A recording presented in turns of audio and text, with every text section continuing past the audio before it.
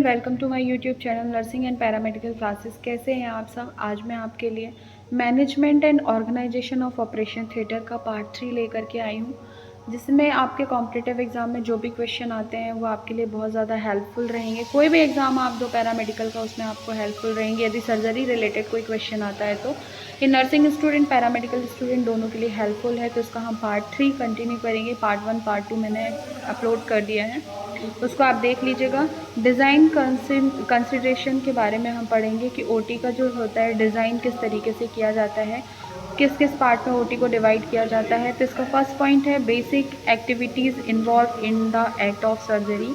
Second point है supporting procedure, next administrative procedure, next clerical procedure and next housekeeping procedure. देखिए, आपको ये third part तभी समझ में आएगा जब आप इसका पार्ट 1 और पार्ट 2 दोनों पढ़ेंगे, तभी जाके आप इसको पार्ट 3 समझ पाएंगे। तो प्लीज़ पहले उनको पढ़िए, फिर इसके बाद इसको देखिएगा। सारी चीज़ें आपकी नॉर्मल हो जाएंगी, सारी चीज़ें आपको समझ में आएंगी। तो जो सर्जरी प्रोसीजर होती हैं उसके कुछ जो सर्जरी डिपार्टमेंट होता है वहाँ पे उसके डिज़ाइन के कुछ कंसिडरेशंस होते हैं, ठीक है। जिसमें फर्स्ट है basic activities involve in the act of surgeries, ठीक है। तो इसमें कुछ बेसिक एक्टिविटीज़ होती हैं, फिर आपका सपोर्टिंग प्रोसीजर होता है, एडमिनिस्ट्रेटिव प्रोसीजर होता है, क्लैरिकल प्रोसीजर होता है, हाउसकीपिंग प्रोसीजर होता है। तो यहाँ पे हम basic activities involve in surgery, कौन कौन सी बेसिक एक्टिविटीज़ इन्वॉल्व होती हैं सर्जरी में। First, reception and identification of patient को रिसेप्शन में बुला के उसका आइडेंटिफिकेशन कराया जाता है। Next, patient attendant concern, patient और उसके अटेंडेंट का कंसर्न लिया जाता है। Next, pre operating supervision of patient को ऑपरेशन के पहले सुपरविजन में रखा जाता है। Depletion of patient, next transfer of patient to OT table, patient को ओटी टेबल पर ट्रांसफ़र किया जाता है सर्जरी के पहले। Next, administration of anaesthesia, patient को एनेस्थीसिया दिया जाता है। इंट्यूबेशन किया जाता है एनेस्थीसिया में, पेशेंट को सर्जरी की पोजीशन दिलाई जाती है। पॉइंट बाय पॉइंट है, पहले इंट्यूबेशन करेंगे, एनेस्थीसिया देंगे, फिर पेशेंट को सर्जिकल पोजीशन में लाएंगे। फिर प्रिपरेशन ऑफ ऑपरेटिव पार्ट, जो भी सर्जरी वाला पार्ट है उसको हम प्रिपेयर करेंगे। ड्रेपिंग ऑफ पेशेंट, जो भी सर्जरी वाले पार्ट है उसको स्टेराइल ड्रेप से ड्रेप करते हैं। Next, wound screen up and rest, आपका जो वुंड वाला पार्ट होता है वहाँ पे उसको प्रॉपर तरीके से हम कवर करते हैं, ठीक है। फिर हम ड्रैप रिमूव एंड बैग एक्सट्यूबेशन, हम पेशेंट की सर्जरी करते हैं। सर्जरी कंप्लीट होने के बाद पेशेंट के ड्रैप रिमूव किए जाते हैं। एक्सट्यूबेशन, पेशेंट को पहले इंट्यूबेट किया था, एनेस्थीसिया देके फिर पेशेंट को एक्सट्यूबेट करते हैं, होश में लाते हैं, रिवर्स करते हैं। Next, transfer of patient from operation table to trolley और bed and to recovery room. Surgery के बाद पेशेंट की कंडीशन के अकॉर्डिंग ओटी टेबल से आईसीयू या रिकवरी रूम में पेशेंट को शिफ्ट करते हैं, है ना। और फिर पोस्ट ऑपरेटिव पेशेंट को सुपरविजन में रखते हैं। तो ये है basic activities involve in surgery. Surgery के टाइम पे, सर्जरी जब हम पेशेंट को लेते हैं तो इन पॉइंट्स को हम फॉलो करते हुए पेशेंट को ओटी में लेते हैं, सर्जरी कराते हैं, पोस्ट ऑपरेटिव केयर देते हैं। तो इसके एक एक पॉइंट बताए गए हैं कि पहले पेशेंट आता है, हम उसको पहचानते हैं कि हाँ ये पेशेंट है, इस डॉक्टर का पेशेंट है, इसके इस पार्ट की सर्जरी होना है, जैसा मैंने आपको बता दिया। फिर सर्जरी के पहले पेशेंट और पेशेंट के अटेंडर का कंसर्न फॉर्म हम फिल कराते हैं। पेशेंट अपनी सहमति के अनुसार ही सर्जरी के लिए आता है, ठीक है। फिर पेशेंट की सर्जरी से पहले जो भी प्री ऑपरेटिव असेसमेंट है, प्री ऑपरेटिव जो भी सुपरविजन में पेशेंट की सारी तैयारी की जाती है, जो भी प्री ऑपरेटिव प्रिपरेशन है, ज्वेलरी रिमूव करना, एनबीएम स्टेटस, प्री मेडिकेशन, सारी चीज़ें, है ना। फिर हम इसके बाद पेशेंट को ओटी टेबल पे ले जाते हैं, जैसे मैंने आपको बता दिया। फिर, है ना, फिर पेशेंट को एनेस्थीसिया दिया जाता है, पेशेंट को इंट्यूबेट किया जाता है, पेशेंट को सर्जिकल पोजीशन में लाते हैं।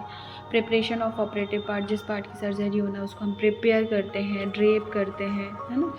फिर सर्जरी करते हैं, फिर सर्जरी करने के बाद हम ड्रेप को हटाते हैं, फिर हम पेशेंट को एक्सट्यूबेट करते हैं। देन उसके बाद हम पेशेंट की कंडीशन के अकॉर्डिंग उसको पोस्ट ऑपरेटिव केयर देते हैं। रिकवरी रूम से फिर हम जैसी कंडीशन होती है आईसीयू वार्ड वगैरह में शिफ्ट करते हैं।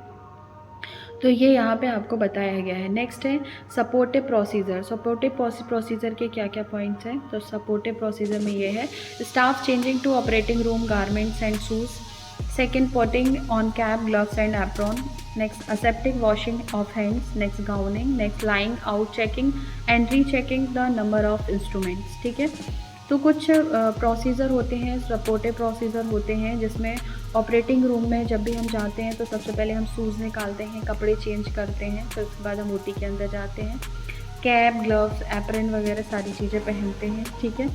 हाथों को प्रॉपर तरीके से डिसइंफेक्ट करते हैं, क्लीन करते हैं, कोई भी बैक्टीरिया वायरस नहीं होना चाहिए।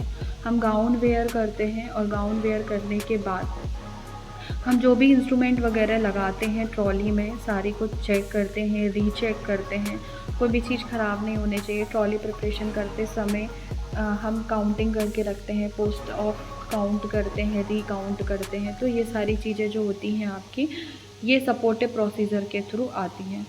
नेक्स्ट, उसके बाद नेक्स्ट प्रोसीजर है एडमिनिस्ट्रेटिव प्रोसीजर। एडमिनिस्ट्रेटिव प्रोसीजर में फर्स्ट पॉइंट है preparation of operation list, duty schedules. Next, requisition of patient. Next, notification of 2 ward of time for patient transfer to and fro the surgical department.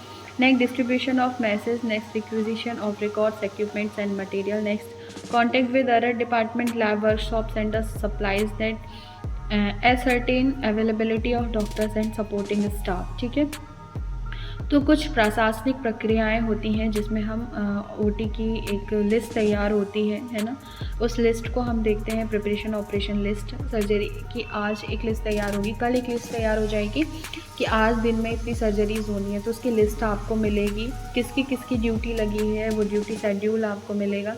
Requisition form मिलेंगे कि भाई किस किस doctor की surgery यहाँ पे होनी है, सारी चीज़ें आपको मिलती हैं, किस किस डॉक्टर के कौन कौन से पेशेंट्स हैं, उसका आपको एक पूरी रिक्विजिशन लिस्ट मिलती है, ठीक है।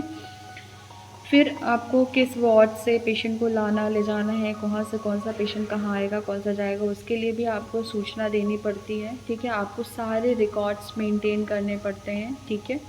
इक्विपमेंट्स, मटेरियल, रिक्विजिशन, ये सारी चीज़ें आपको मेंटेन करना पड़ता है, ठीक है। अदर डिपार्टमेंट में, लैब में, वर्कशॉप्स एंड सप्लाई, कोई भी चीज़ हो देनी है तो वहाँ पे हमको अन्य विभागों में सारी चीज़ें हमको दिलवानी पड़ती हैं, पहुँचानी पड़ती हैं, ठीक है।